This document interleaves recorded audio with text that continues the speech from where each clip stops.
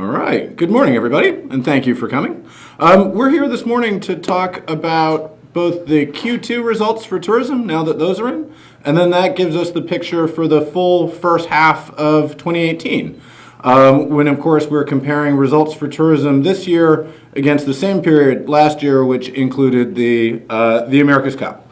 So we'll talk first about the second quarter, and then we'll talk about the full first half. So if we dive in on the second quarter, we're going to talk about visitor spending, and then we'll talk about air arrivals. We'll talk about volume, the thing everybody loves to talk about. And then we'll talk a little bit about the triathlon, which of course had an impact in the quarter because that happened in April, end of April. And then we'll kind of look at what it looks like in summary. So first of all, visitor spending, which is, to us, we think the most important metric because this is the measure of how much money is actually flowing into the tourism economy here on the island. Up an incredible 6%. So that's remarkable when you consider that the same quarter last year included the America's Cup. Even more incredible is that 6% is actually the 10th consecutive quarter of growth in visitor spending. So our leisure air visitors have now been spending more quarter on quarter for 2.5 years. And that is an incredible comeback. Because last year included the America's Cup, when you break the numbers down and you look at leisure versus business, we actually do see a decline year on year in business traveler spending on the island. Last year at this time, there was a lot of back and forth happening with business, and that business travel was spending a lot. They were all doing sponsor activations here on the island. I think the money was flowing pretty freely from a business perspective. So when we look at it versus 2017, business traveler spending is down, but when we look at it versus 2016, it's actually up. So the long-term trend there is up as well.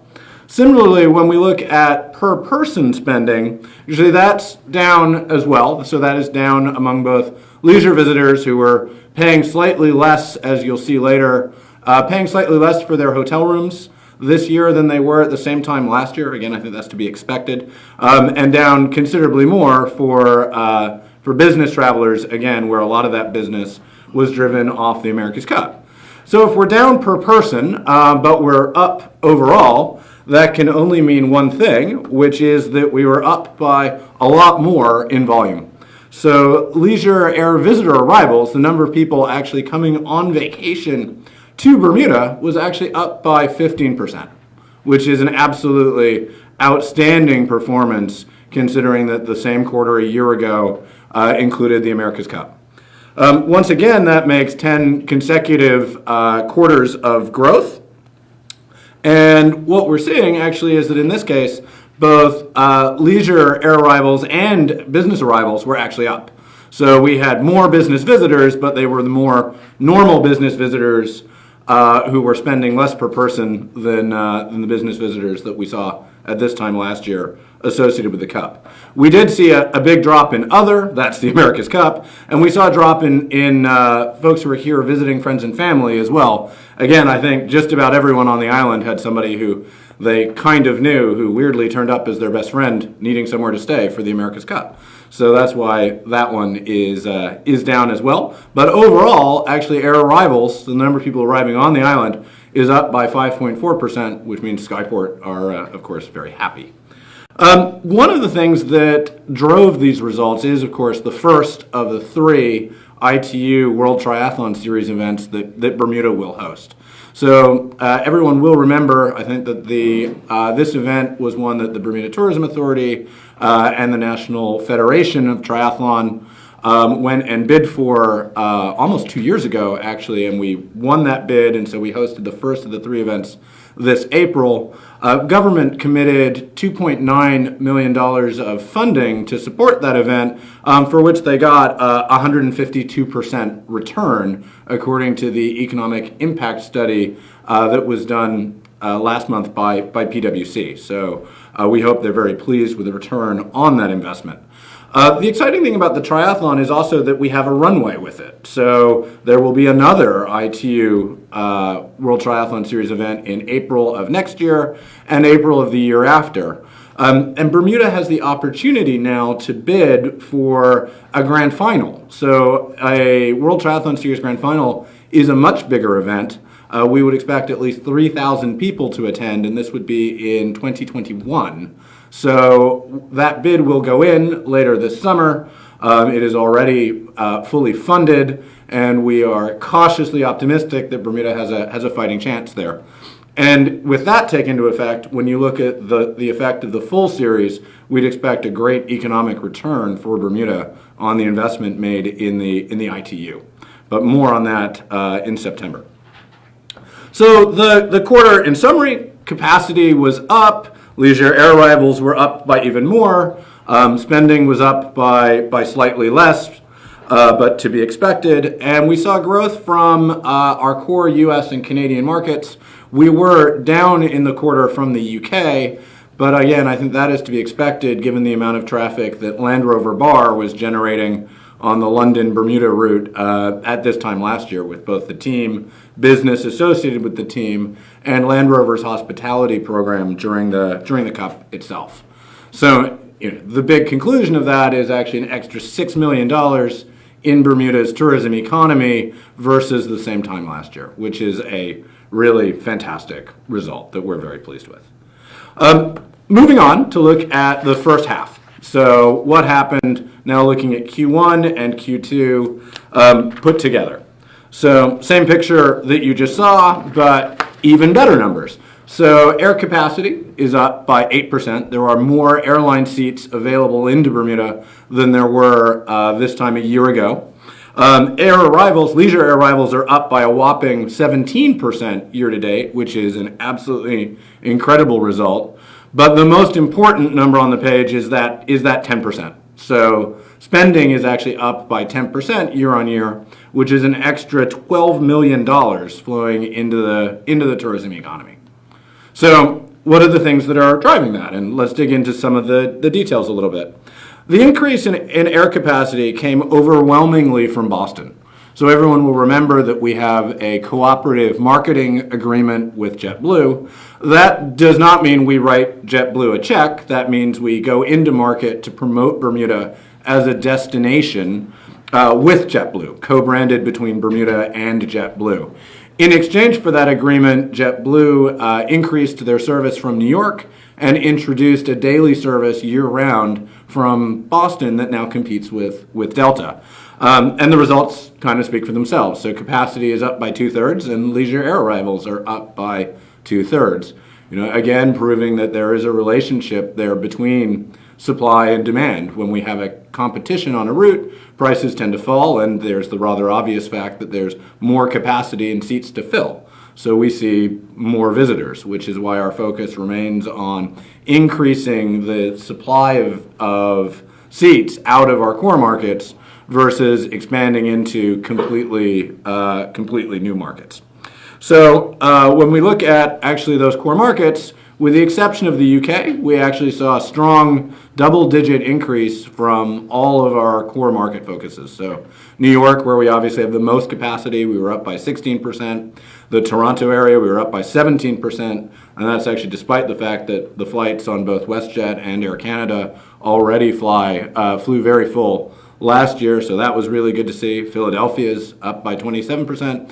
And Washington, D.C., where we only have a very limited seasonal service, we were still pleased to see up by 24%, which we think continues to make the case for year-round service out of D.C., which we would really like to see, and we're partnered with Skyport and the Ministry of Transport in trying to deliver.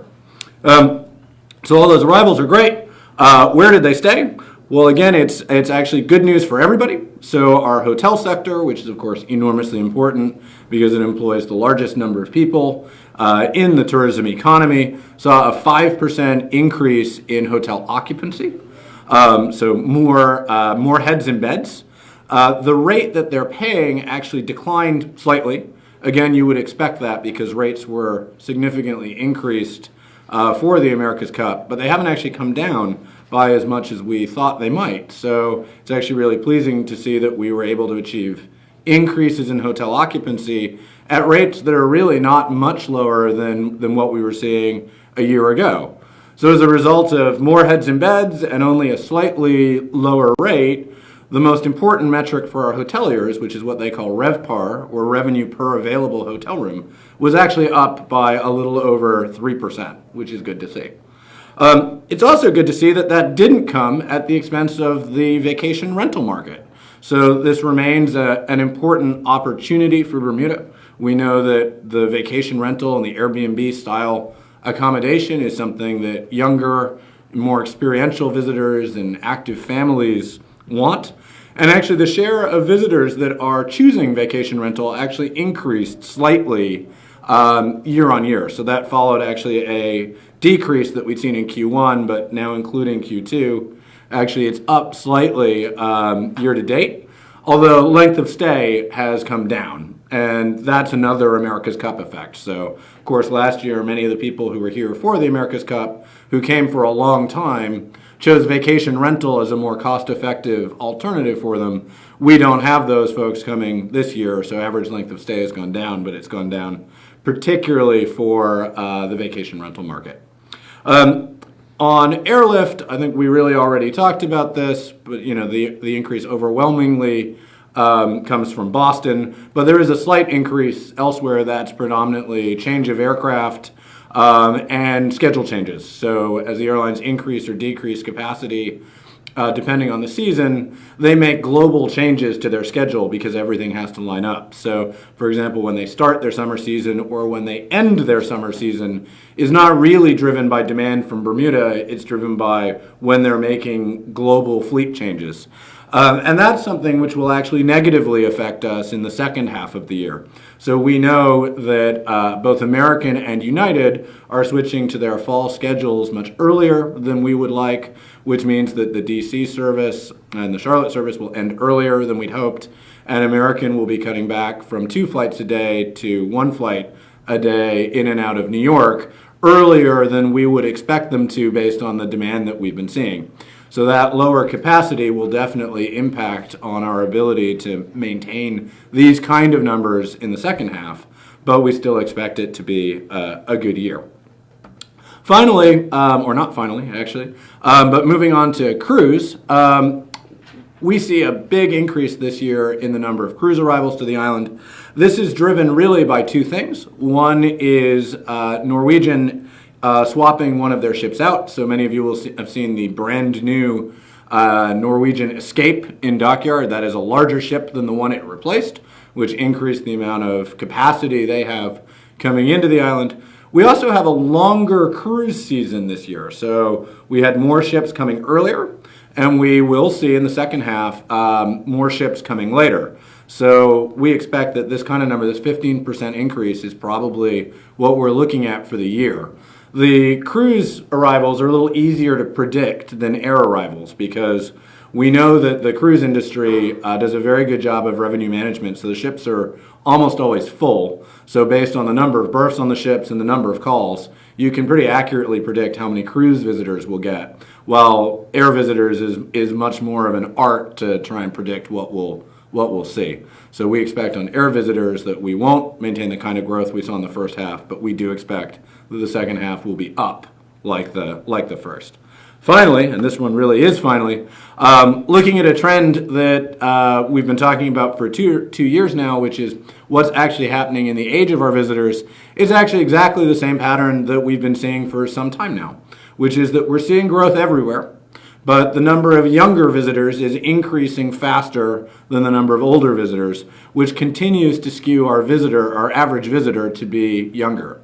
So those are the adventure seekers that we talk about, the experience enthusiasts, and what we call the active families. So that's where the kind of things that you've seen the Tourism Authority focused on the product side over the last 2 years very much skew towards those segments because that's where we're seeing the biggest increase in demand.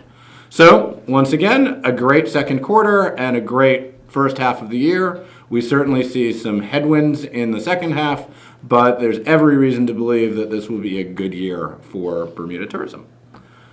Thank you. Any questions? Yes. I noticed in there the number of yacht arrivals. Mm-hmm. And obviously, we had probably America's Cup effect as well. How does that affect the economic impact?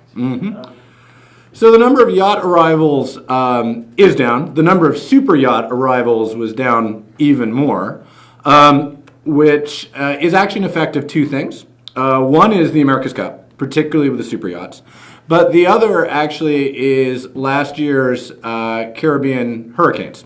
So Bermuda is for most yachts a stop off as they cross from the Caribbean to the Mediterranean back and forth. So what happened is last fall, because of the damage in the Caribbean, there were many yachts that would traditionally winter in the Caribbean that actually didn't go. So we saw a drop off in yachts last fall. We saw a corresponding drop off this spring, which was those same yachts not coming back. But we're hopeful that actually with the recovery in the Caribbean, we should see those boats again this fall. Super yachts remains a priority. We are eagerly awaiting the changes in legislation that will make Bermuda a more attractive super yacht destination, which we've been working on with government and with BDA. We are hopeful that we will see something on that made public later this year. And we also know that actually events like the Billfish tournament that happened in June actually are proving to be a bigger draw for super yachts now that it's been proven that Bermuda is an attractive place to bring your yacht. So while last year I think we had one super yacht come as part of the Billfish tournament, this year we had 5. And that's great because actually you're sort of getting 2 boats for the price of 1. They bring their fishing boat, which burns a whole lot of fuel every day going back and forth, and they bring their yacht, and we all know that super yachts basically throw money off the side of the boat the entire time they're here. So I think the long-term opportunity remains there, and I think as long as Bermuda is reasonably nimble in making the changes that we need to in order to make Bermuda a more attractive super yacht destination, we're hopeful that the long-term benefit of that can still be captured. Yeah. Flight changes, you touched on it briefly, shorter and longer periods, etc. How's the talks going with that, and especially with the comment that you still expect a good year? So, I mean, with air service, there is no new good news to report. There are no new services that are waiting in the wing to be announced. We remain focused on the same priorities, which is we would like to see regular service year-round out of Washington, D.C. We still see other infill opportunities across the Northeast and potentially as far as Chicago. And we would love to see competition on the transatlantic route for British Airways. And so those remain the priorities. We continue to work with Skyport on those. We continue to talk to airlines about them. And what we try to do with all of those is nobody wants to pay an airline to fly an empty plane. So what we try to do is to avoid offering guarantees, but to offer cooperative marketing the way that we do today with JetBlue as an incentive to consider starting new service. And do you think the success in Boston will help encourage other airlines to get involved? Certainly hope so. Now, how are the early bookings for the next 2 quarters? So, I mean, based on the fact that I'm telling you that I think we're going to have a positive second half, bookings are roughly flat on this time a year ago, which is actually a good thing. We obviously don't give a forecast because bookings, as we've learned, are no longer an accurate predictor of how many people will show up. One of the dynamics in the tourism industry is that actually the window between somebody making a booking and actually traveling is getting shorter and shorter. So looking 2 quarters out, tells you something about group business, but it actually doesn't tell you that much about what to expect from leisure and transient travel anymore. And how is group business? So group business looks good. Obviously, if you think of the America's Cup as group business, we'd be down for the year, but if you take that out, we'd be up. And our hoteliers, I think, are expecting a strong fall in group. What are you concerned about mostly? Mostly. What keeps me up at night? I mean, I think we certainly remain vulnerable to hurricanes or the perception of hurricanes in the fall. So based on what we saw last year, a Barbuda slip up could cost us millions. That is always a risk and something that we need to be very active and vigilant in making sure that we manage the PR around. And I think for us, it really is about now long-term increases in both supply and capacity here on the island.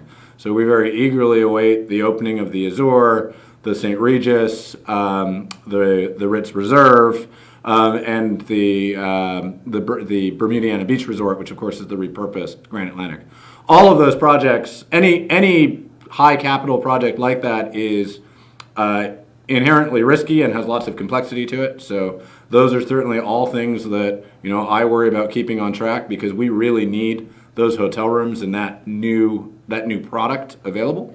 And then of course we are at the whims of the airlines, as I said. So schedule changes can have an impact, and they really have nothing to do with Bermuda. And we are obviously a relatively small concern for the airlines.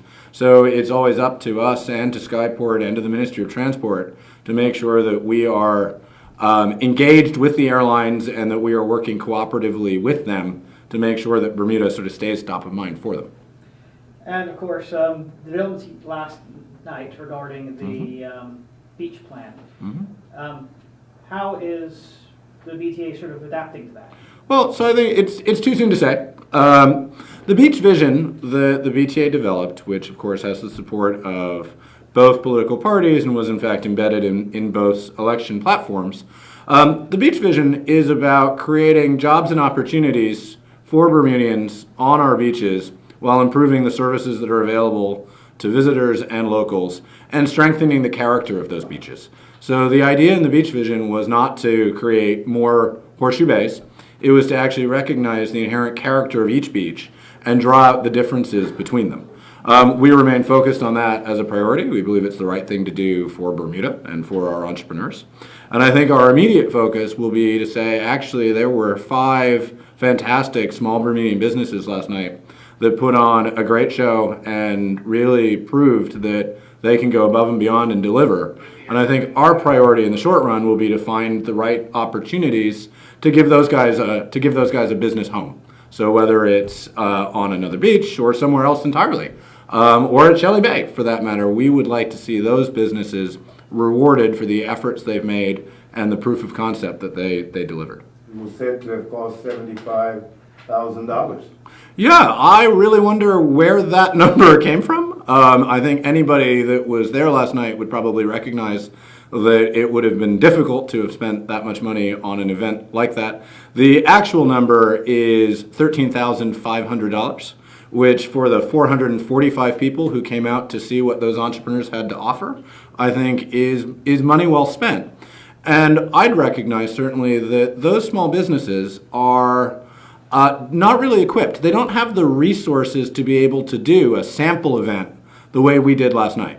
The idea of try before you buy is something that is usually only available to bigger businesses with deeper pockets, because it's money out in supplies for no money in what you're selling. So, we're really proud that we were able to give those businesses the opportunity to show, almost 500 Bermudians what they can do. And I don't think that is in any way money that was not well spent. Thank you very much. All righty.